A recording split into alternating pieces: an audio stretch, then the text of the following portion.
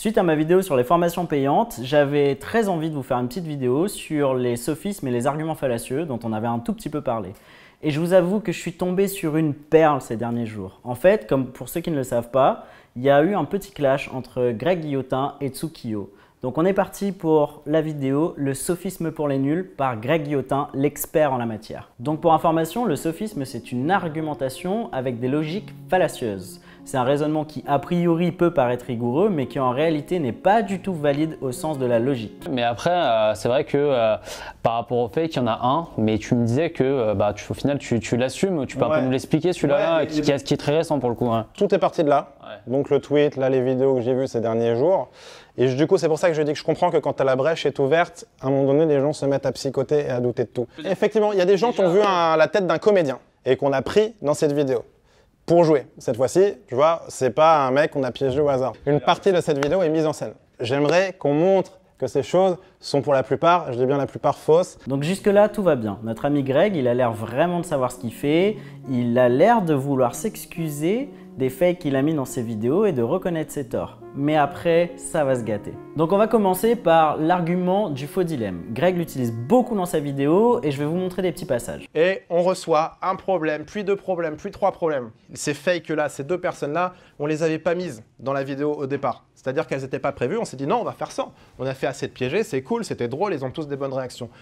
On est pur, on est pur. On voit qu'en plus, il y a des réactions qui sont un peu trop faibles et surtout qu'on manque de nombre de piégés. Et il nous manquait pour compléter et surtout qu'on a trouvé que leurs réactions, elles étaient drôles aussi, c'est tout. Sauf que c'est un cas très particulier. Ce qui s'est passé, c'est que, comme je le disais tout à l'heure, tourner dans la rue, aujourd'hui, c'est plus compliqué. Si on avait voulu vraiment piéger tous ces gens, dans tous les lieux qu'on a fait, on passait 3 semaines. Sauf qu'on devait livrer la vidéo 2 jours plus tard. Il y a tout ça qui a fait qu'on prenait un retard fou et on a cédé à cette facilité-là qui consistait à prendre des comédiens. Donc, voilà, on est désolé, c'est vrai qu'on a peut-être, voilà, maintenant on s'est fait griller. Et donc on va décortiquer un de ces faux dilemmes que Greg utilise. C'est l'argument où il dit tout simplement, en gros, on avait des contraintes techniques et c'était soit on prenait des acteurs, soit il n'y avait pas de vidéo.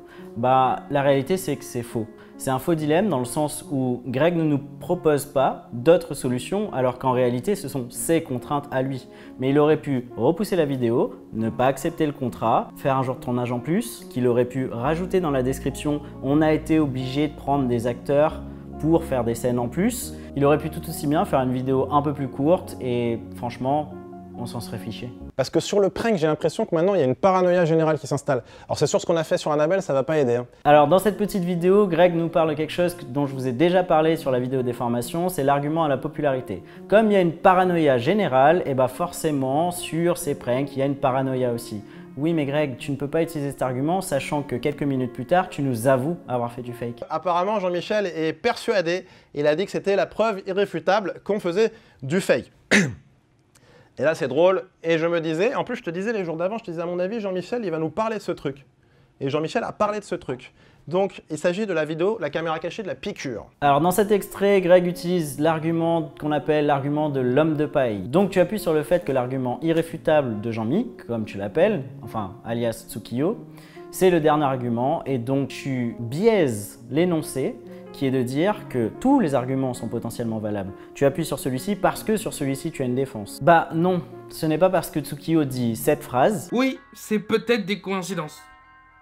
Mais ça n'en est pas une. Que c'est forcément le seul point valable de son argumentation. Bon, évidemment, au-delà du fait que tu utilises un maxi combo d'arguments d'autorité, de popularité et que tu décrédibilises le travail de Tsukio en mettant un avant le tien, tu utilises aussi un autre argument qui est celui de l'argument de la double faute. Mais ça, c'est des méthodes. Là, ce qu'on vous donne, je pense que tous ceux qui ont pu faire de la caméra cachée l'ont fait. C'est même pas de la malhonnêteté, c'est un backup. Sur ce coup-là, c'est un backup. C'est au cas où. Si à un moment donné, il y a 5 minutes de fake sur ces heures et ces heures de programme, à un moment donné, arrêtez les autres pranks.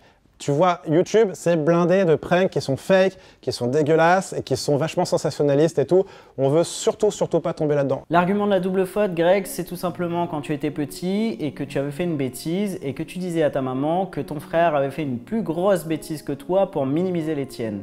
En gros, dans cette vidéo, tu nous expliques que comme tu n'as fait que 5 fakes et que d'autres chaînes américaines de prank ou les gens qui te critiquent ont fait des plus grosses bêtises que toi, ton principe de faker les vidéos, bah c'est pas très grave. Bah si, c'est grave, Greg. Donc mon message c'est celui-ci pour ceux qui regardent les vidéos de ce mec-là et les autres vidéos qui sortent. Ce sont des gars qui sont juste dans la recherche de buzz parce qu'ils ne savent rien créer par eux-mêmes. Ils sont obligés d'aller faire de la délation sur les autres, d'aller défoncer des mecs pour faire des vues pour eux. Dans ce cas, tu parles de délation et tu détournes notre attention sur le vrai sujet de la vidéo. Le sujet de la vidéo, c'est est-ce que Greg Guillotin de la chaîne Nous a fait du fake ? Pas le fait que d'autres youtubeurs délatent ton travail. Ça n'a strictement rien à voir. Mais encore une fois, on le fait parce qu'on a fait une connerie sur une vidéo. Alors, as-tu fait du fake, oui ou non? N'utilise pas d'argument de double faute. La réponse est oui. Mais moi, j'ai envie de lui dire à Jean-Michel, mais prends un stylo, prends un ordi, écris des choses, crée des choses. Sois pas tout le temps obligé d'être comme ça, dans le putaclic. Je sais pas, tu as peut-être envie de créer des trucs, ou peut-être que tu te dis, j'ai rien à proposer, mais du coup, je trouve ça d'une tristesse. En plus, tu avais l'air d'aimer notre travail, d'après ce que j'ai compris à la base. Alors nous, pour le coup, on n'aime pas ton travail, mais c'est pas une histoire de rage. Hein. Et il y a un truc que moi, j'ai envie de dire à Jean-Michel, que je ne cite toujours pas pour pas lui faire de la pub gratuite, parce qu'il faut juste savoir que Jean-Michel, c'est tout ce qu'il attend, hein, que je parle de lui. Bon là, Greg, je dois t'avouer que c'est l'argument qui m'a fait réagir. J'avais prévu de faire une vidéo sur les sophismes, mais pas du tout sur ton cas. Par contre, quand on utilise des arguments ad hominem, à savoir attaquer une autre personne pour se défendre, ben j'ai dû réagir. Donc l'argument que tu utilises et qui est une attaque à la personne et non pas à son travail, elle vise à miner l'autorité de la personne en face en critiquant uniquement sa personne. Tu n'as aucun argumentaire concret contre son travail. Tu dis qu'il manque de compétences, tu dis qu'il ne sait rien faire, tu dis qu'il devrait plutôt prendre un stylo pour faire comme toi. Je te rappelle qu'on a tous des métiers différents et que tout le monde ne veut pas faire de caméra cachée. Par contre, tu n'as aucun argument valide contre le fait que oui, il a pu prouver qu'il y avait des fakes. Donc ce que je te propose, si un jour tu refais une réponse, c'est d'utiliser des vrais arguments concrets pour répondre aux critiques qui te sont proposées sur ton travail, à savoir est-ce que tu fais des fakes ou non, et non d'attaquer les personnes, puisque c'est encore un autre argument. Tu as l'argument ad hominem et tu as l'argument ad personam, qui est encore pire, c'est carrément d'insulter la personne. Zach nous a certifié, comme tous les autres complices, que la personne qu'on allait piéger ne me connaissait pas. Bon, là tu fais un petit argument à l'autorité, mais bon, ça passe. En gros, Zach, pour toi, il est important et c'est un argument d'autorité, mais nous, on ne le connaît pas, Zach. Donc, qu'il t'ait confirmé ou pas que ce n'était pas une actrice, en vrai, on s'en fiche complètement. Ton argument d'autorité, il ne tient que pour toi, pas du tout pour nous. Nous, on voit sur le Facebook de cette nana que c'est une comédienne. Point. Quand on voit le pourcentage de tout ce qu'on a fait, c'est très difficile de se sentir remis en question sur 2 ans de travail ou 3 ans, mais pour Greg 5 ans. Bon, tu utilises aussi un argument d'ancienneté en disant que parce que ta chaîne est très ancienne et que tu fais ça depuis 5 ans, eh ben, c'est forcément du bon travail. Bah non, je te rappelle qu'il y a plein de trucs qu'on a fait dans le passé qui sont pas forcément du bon travail. Et je vais tout vous dire, je vais être transparent jusqu'au bout. Il s'est avéré que sur l'escalator numéro 2, et on va tout dire maintenant, comme ça on va être tranquille et on va pouvoir passer à la suite. Et j'espère que vous pourrez apprécier nos vidéos comme avant sans vous poser 10 000 questions. Sur l'escalator numéro 2, on a pareil, souci de production. On a fait venir ce jour-là, sur cet escalator numéro 2, 2 personnes âgées au cas où. Parce qu'on s'est dit que dans l'escalator, ça allait être compliqué de tourner. Je vous explique pourquoi. L'escalator, c'est devenu un concept qui est devenu très populaire. Je crois qu'il a fait 350 millions de vues dans le monde. Ça, associé à ma tronche, qui allait être reconnue dans un escalator, dans un centre commercial, je vous laisse imaginer un peu ce que ça donne. Moi, plus Studio Daniel, et il y a John en plus qui se rajoute à ça. Donc, imaginez juste la cohue que ça a été. Et ça l'a été. C'est-à-dire que dans l'escalator numéro 2, on a sué. Arthur pourrait vous le confirmer, Arthur qui est le petit-fils de Studio Daniel, et Daniel elle-même. On n'a pas arrêté, Bon, tu utilises aussi beaucoup d'autres arguments fallacieux, mais j'ai pas envie de tous les faire, puisque pour moi c'était juste histoire d'illustrer les sophismes. Si vous avez aimé cette vidéo, vous pouvez tout à fait me dire dans les commentaires et je ferai une autre vidéo sur les sophismes, mais on fera plus généralement sur d'autres cas, par exemple des politiques, etc., mais pas Greg Guillotin en particulier. Mais bon, Greg Guillotin est quand même un expert puisqu'il utilise l'argument du hareng fumé, l'argument de l'ancienneté, l'argument de l'exotisme, l'argument du vrai écossais. Enfin bon, c'est un expert des sophismes. Bon, cette vidéo est un petit peu particulière et à la base, j'avais pas prévu de la faire comme ça. J'avais effectivement prévu dans ma vidéo de mardi de vous faire quelque chose sur mon avis sur les sophismes et de l'illustrer par des politiques ou des gens de l'actualité, mais l'occasion était trop forte et comme Tsukio et moi on est assez proches, Et bah j'ai voulu le faire sur cette affaire parce qu'elle résumait bien le truc. Pour information, je vous ai mis dans la description un petit livre qui est de Schopenhauer qui s'appelle L'art de toujours avoir raison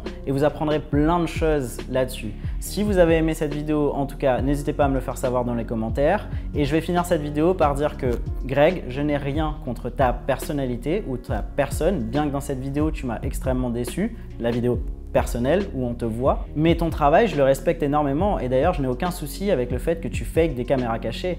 Le souci que j'ai, c'est éventuellement celui de la transparence et surtout du rejet de la faute sur les autres. Ça peut pas passer. Et j'étais obligé d'y répondre et de défendre a priori ce qui devait être défendu.